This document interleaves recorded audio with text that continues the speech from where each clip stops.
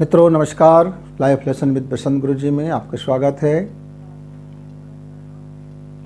जीवन में यह भौतिक पदार्थ के साथ साथ आत्मिक प्रगति का ध्यान हमें रखना ही चाहिए। हम यह भौतिक की दौड़ में भूल ही जाते हैं कि यह भौतिक हमारे जिस चीज़ से संचालित होता है वह आत्मा है। यह आत्मिक संसार के विषय में जब तक आप नहीं सोचोगे, नहीं समझोगे, नहीं अपनाओगे उसको और सिर्फ भौतिक की दौड़ में लगे रहेंगे मित्र, तो फिर ये भौतिक तो नष्ट होने वाला है, आप जानते ही हैं। और अंत में आप कहेंगे कि मैं जीवन भर कमाया तो क्या कमाया, आखिर हाथ तो खाली ही रह गया। क्यों? यह ठीक है, आप धन दौलत कमाइए, आप मृत्यु से भागने की कोशिश कीजिए, पर कहाँ तक भागेंगे? जीवन और मृत्यु साथ साथ चलती है। आप जीवन को समझेंगे तो मृत्यु का भय चला जाएगा। आप जीवन की वास्तविकता को समझेंगे तो मृत्यु का भय चला जाएगा, और मृत्यु का भय जाते ही आपका दौड़ खत्म हो जाएगी। आप तब भी धन कमाते रहेंगे, आप तब भी जीवन जीते रहेंगे, आप तब भी अपनी कामों को करते रहेंगे, लेकिन दोनों में फ़र्क होगा। एक में आप लालच से भरे हैं, एक में आप दौड़ लगा रहे हैं, हवस से भरे हुए हैं, आकांक्षा से भरे हुए हैं, महत्वाकांक्षा से भरे हुए हैं, कंपटीशन से भरे हुए हैं, और अपने जीवन को भगाए भगाए फिर रहे हैं, और मौत लगातार आपका पीछा करता चला जा रहा है। आपके पास उच्च तकनीकी का, उच्च कोटि का हॉस्पिटल हो सकता है, लेकिन वह भी आपके शरीर को बचा ना पाएगा। जिस क्षण यह प्राण आत्मा निकल जाता है, जिस क्षण यह जीवात्मा अपने को इस शरीर से अलग कर लेता है, जिस क्षण आपकी ब्रह्म चेतना अलग हो जाती है, जिस क्षण आपका यह बटन ऑफ हो जाता है, तो फिर आप ऑन नहीं कर सकते। आपके पास सारी सुविधाएं होंगे, ब्लड होगा, हृदय होगा, आँख होगा, किडनी होगा, त्वचाएँ होंगे, कोशिकाएँ होंगे, सब कुछ है आपके पास। पूरे विज्ञान के पास क्या नहीं है? फिर भी एक चीज़ नहीं विज्ञान के पास, वो है प्राण। वह प्राण अग्नि नहीं है, वह प्राण तत्व नहीं है, वह कन्वर्टर नहीं है जो मौत को जीवन में बदल दे। ऐसा कोई कन्वर्टर उनके हाथ में जिस दिन लग जाएगा तो विज्ञान फिर इस बाबत भी सोचेगा। फिर आदमी को अमरता का एक राज मिल जाएगा कि हम किस तरह से हम अमरता को प्राप्त कर लें। अभी क्या है, हम आदमी ये सोचते हैं कि मेरा संतान हो जाएगा तो मैं अमरता को प्राप्त करूंगा। अपने मरने के से पहले अपने रूप को वह अपने संतान में देखना चाहता है, जबकि उसको यह भी पता है कि उसका संतान भी कल मरने वाला होगा। हर एक का यही गति होने वाला है। फिर भी हम उस दौड़ में अपने आप को बनाए बनाए रखते हैं, और कभी धन के बाबत सोचते हैं कि मृत्यु से भाग जाएंगे, और कभी संतान के बाबत सोचते हैं कि हम संतान के रूप में जीवित रहेंगे। नाना उपाय करते हैं, लेकिन अंततः एक ऐसा समय वक्त आ जाता है कि हमारे इस प्राण को, यह शरीर को वह निकल जाता है, छोड़ ही देता है। मित्र, जीवन में भी आप देखते हैं कुछ ऐसे दरवाजे, कुछ ऐसे प्रवेश द्वार होते हैं, कुछ ऐसे दरवाजे होते हैं, वास्तव में इसमें दरवाज़ा ही नहीं होता, और वहाँ से आप प्रवेश कर जाते हैं।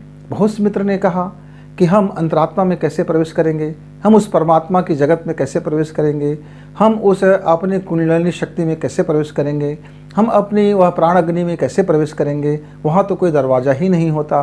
इस अंतरिक्ष के बाहर हम कैसे प्रवेश करेंगे, वहाँ तो उस पार जाने का कोई मार्ग ही नहीं होता। मित्र, हमारे विज्ञान ने आपको सिद्ध कर दिया है कि बिना दरवाजे के भी आप प्रवेश कर सकते हैं। कैसे? आप देखते हैं CT स्कैन होता है और MIR होता है, कई तरह की चीज़ें होती हैं, आपको लेटा दी जाती हैं, मशीन से एक किरण निकलता है और आपका चित्र खींच के आपको दे देता है, आपको लाइव दिखा देता है कि आपके भीतरी संसार में क्या हो रहा है। जबकि वहाँ से कोई प्रवेश करने का कोई दरवाज़ा नहीं है, रोम रोम में प्रवेश हो जाता है, एक एक त्वचा में, त्वचा के अंदर में, एक एक कोशिका में, और कोशिका के अंदर भी में जो भी उनके द्रव्य है, जीव द्रव्य है, एक रक्त की बूंद के अंदर में क्या क्या चीज़ें हैं, वो सारा चीज़ आपको माइक्रोस्कोप दिखा देता है। बिना दरवाजे के प्रवेश हो जाता है। तो ये जो भौतिक शरीर में बिना दरवाजे का प्रवेश करने का हमारे पास मशीन है, हम इसे समझ सकते हैं। ऐसे ही आत्मिक जगत में भी जब हम प्रार्थना के बीज को वहाँ बोना चाहते हैं, तो वहाँ भी उसके लिए दरवाजे की आवश्यकता नहीं है। आप जरा आँख बंद करेंगे तो आप भीतरी संसार में आप प्रवेश कर जाते हैं। आँख बंद करके जैसे जैसे आपका मन शांत होता है, जैसे जैसे आपका चित्त शांत होता है, जैसे जैसे आपकी वासना शांत होती है, जैसे जैसे आपकी कामना शांत होती है, जैसे जैसे आपकी आकांक्षाएं शांत होने लगती है। शांत का आशय क्या है? वो ठंडा पानी तरह होगा क्या? नहीं मित्र, शांत का मतलब है आप उसको समझ गए, आप उसको खुली आंख से देखने लगे, आप उसकी सच्चाई को समझ गए, आप उस पर लिप्त नहीं हो रहे हैं, ना आप उसको पकड़ रहे हैं, ना आप उसको छोड़ रहे हैं, आप उसकी गति पर उसको चलने दे रहे हैं। वो समय का सापेक्ष चलता है। निरपेक्ष आपको होना होगा। आपका जब दृष्टि निरपेक्ष होगा, आपका आत्मा के तरफ प्रवेश निरपेक्ष होगा। आप जब निरपेक्ष जगत में पहुँचेंगे, जहाँ दो चीज़ की सापेक्ष तुलना नहीं होती, जहाँ काल और समय का कोई गणना नहीं होता, दोनों के बीच में एक स्पेस होता है, खाली होता है, जहाँ हम काल और गति को नियंत्रित कर सकते हैं। कभी हम काल और गति, काल और समय के बीच में हम कठपुतली की तरह नाचे नाचे फिरते हैं। यह जो हमारा शरीर है, यह समय के अधीन है, और ये जो हमारी रस रसायन है वो काल के अधीन है। हम समय और काल के अधीन में नाचे नाचे फिरते हैं। और यदि आपका प्रवेश वहाँ हो जाए जहाँ निरपेक्ष है, जहाँ किसी चीज़ की तुलना नहीं है, जहाँ कोई चीज़ किसी चीज़ के लिए तुलना नहीं हो सकता, वह है तो है, नहीं है तो नहीं है, मतलब है या नहीं में हम बीच में ऐसा हिलते डुलते नहीं हैं।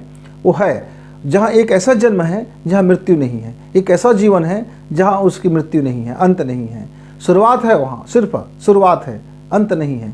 हमारे इस भौतिक जगत में जब किसी चीज़ की हम शुरुआत करते हैं तो उसका अंत भी हो जाता है। जन्म लेते हैं तो मृत्यु को प्राप्त करते हैं। आज हम कोई चीज़ का निर्माण किए तो कल उसका नष्ट हो जाता है। यानी यहाँ एक चक्र चलता है समय और काल के बीच में। इस समय और काल के बीच में इस चक्र को आपको उलझाए रखता है और आप उलझे हुए रहते हैं जन्म से लेकर मृत्यु पर्यंत तक। आपका यह यात्रा, कभी कभी आपका यह सफ़र तो वहीं का वहीं रह खड़ा हो जाता है। जहाँ से आपने शुरू किया था अंत भी आप वहीं के वहीं रह जाते हो। तो इस लंबी जीवन का जो आपके आत्मिक प्रगति के लिए मिला हुआ है, जो आपके सांसारिक प्रगति के साथ आत्मिक प्रगति के लिए मिला हुआ है, परमात्मा से साक्षात्कार के लिए मिला हुआ है, अपनी आत्मा से साक्षात्कार के लिए मिला हुआ है, अपने प्राण अग्नि की उत्कर्ष के लिए मिला हुआ है, अपने जीव अग्नि को उत्कर्ष के लिए मिला हुआ है। मित्र, हम जरा समय को गुजारते गुजारते हमें यह पता ही नहीं चलता कि हम किस लिए सोच रहे थे और क्या हो गए। तो मैं की यात्रा में आपको समझना होगा और आप खुली आंख से यह समझिए, अपने एक एक इंद्रियों को समझ लीजिए और एक एक रस रसायन को समझ लीजिए, एक एक ग्रंथियों को समझिए, एक एक हार्मोन्स को समझिए। आप जैसे जैसे समझते जाएंगे, आप अपने जितने भी रस रसायन हैं, जितने भी स्वाद है, जितने भी कामना है, जितने भी वासना हैं, इस सब को समझिए और समझ करके ऊर्जा से इसको रूपांतरित करें, उस संसार में ले जाएं जहाँ बिना दरवाजा के प्रवेश हो जाता है।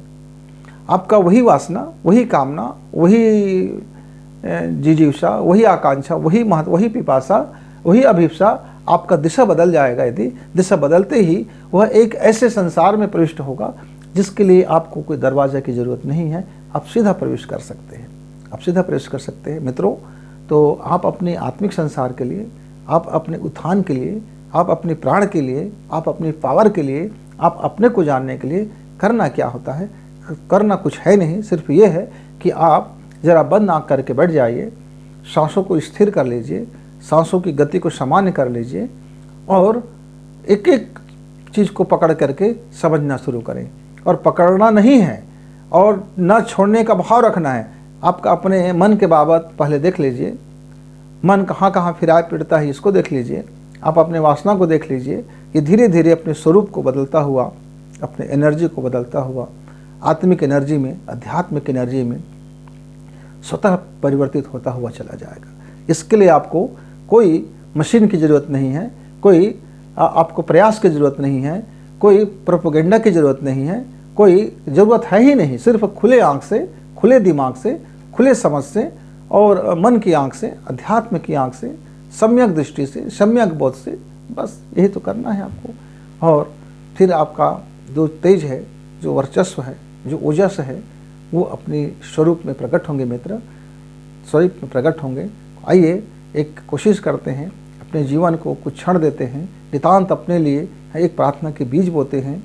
जो बीज, उस बीज के लिए आपको कोई भौतिक पदार्थ की ज़रूरत नहीं है, वह एक आत्मिक बीज होगा जो आपके संसार में आपके जीवन को नए कोपले निकालेंगे और एक ऐसा जीवन का फूल खिलेंगे जहाँ मुरझाने का कोई सवाल ही नहीं है। मित्रों, फिर अपने वाणी को विराम देते हुए हम इसी की आगे कड़ी में फिर शामिल होंगे, प्रस्तुत होंगे। तब तक के लिए विदा। धन्यवाद।